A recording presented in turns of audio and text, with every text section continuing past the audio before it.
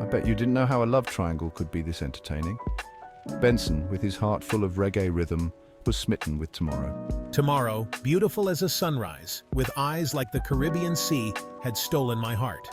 He wasn't alone. Oh no, another man, let's call him Winston, was head over heels for Tomorrow too. Winston, a man of few words but grand gestures, was just as determined to win her heart. Their small Jamaican town buzzed with the news. 2 men, 1 woman.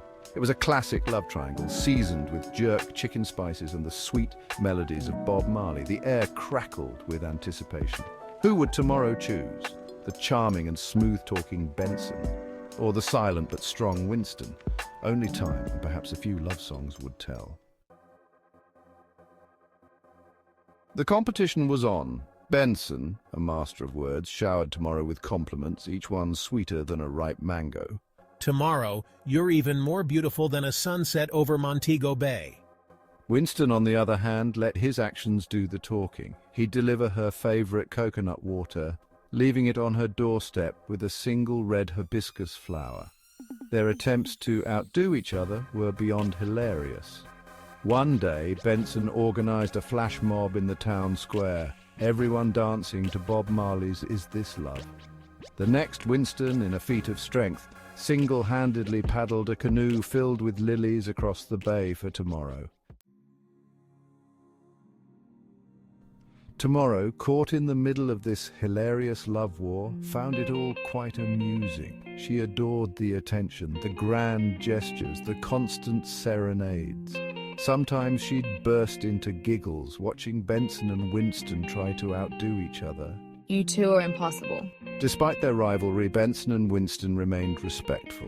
They knew, deep down, that Tomorrow's happiness was all that mattered. And if that meant sharing a red-striped beer and laughing at their own antics, then so be it. Section 4. Uncle's drastic decision destination America. One day, Tomorrow's Uncle Bertie, a man known for his booming laugh and even louder shirts, decided enough was enough. This is madness. He declared, throwing his hands up in the air. We're going to America. Let Tomorrow decide with a clear head, away from all this foolishness. And so it was decided. Tomorrow, along with her Uncle Bertie, boarded a plane to the Big Apple, leaving Benson and Winston behind, their hearts heavy with the thought of life without her. The news spread through the town like wildfire. Everyone had an opinion, everyone had advice. Don't worry, Mon. True love always finds its way, even across the ocean.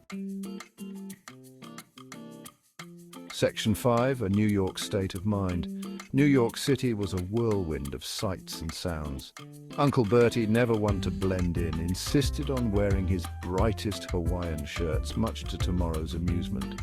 They explored Central Park, rode the subway, and marveled at the Empire State Building, yet, amidst all the excitement, Tomorrow couldn't help but think of Benson and Winston back home.